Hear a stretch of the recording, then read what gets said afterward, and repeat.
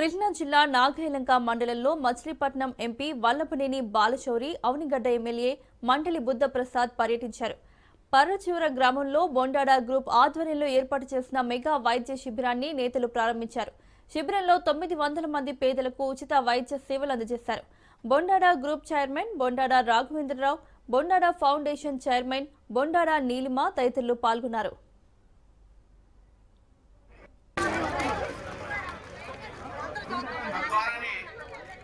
మనిషి యొక్క వ్యక్తిత్వం ఎలాంటిది, ఆ మనిషి యొక్క స్వభావం ఎలాంటిది అనేది 3 లక్షణాల్లో మనకు సో దాన్ని బట్టి చూస్తే రాఘవేంద్రరావు గారికి గ్రామంలో మెట్రిక్ టన్నులు ధాన్యాన్ని సేకరించాల్సిన అవసరం మన సహకార సంఘం ద్వారా.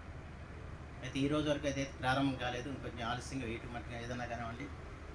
అంచేత అధికారులు ఈ ధాన్య సేకరణలో ఎక్కడ కూడా అలసత్వం వహించొద్దని చెప్పి మాత్రం సందర్భంగా కోరుతున్నాను. నిన్న కూడా మేము నాగాలంకలో కోఆపరేటివ్ వారికి ప్రత్యేకించి రోడ్లన్నీ కూడా రోడ్ల మీద కనపడుతున్న పరిస్థితి వచ్చింది. ఏమాత్రం వర్షం వచ్చిన ఇబ్బంది పరిస్థితి అక్కడికి కూడా మేము ఉచితంగా వాళ్ళ కార్పణలు కూడా ఇప్పించి ఏర్పాటు చేస్తున్నాం.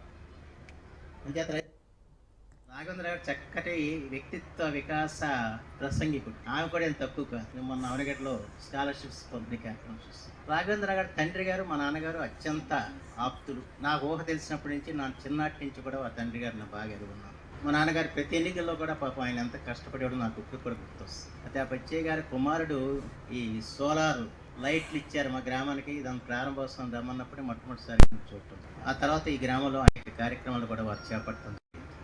ఇంకా చేపట్టాల్సిన అవసరం కూడా ఉందని చెప్పి మాత్రం మనం చేస్తాం. ఎందుకంటే ఇక్కడ ఎవరు లేరు మన నియోజకవర్గంలో, అందరూ సామాన్య మద్దతు రైతు కుటుంబం. ఇప్పుడు ముఖ్యమంత్రి గారు పేదరిక నిర్మూలన కోసం P4 అనే కార్యక్రమం పెట్టారు. ఆ P4లో ఈ పారిశ్రామికవేత్తలతో కూడా కొన్ని కుటుంబాలను దత్తత తీసుకుని వాళ్ళ యొక్క ఇబ్బందుల్ని పరిష్కారం చేసే దిశలో వాళ్ళ పెద్ద కార్యక్రమం చేపట్టడం జరిగింది.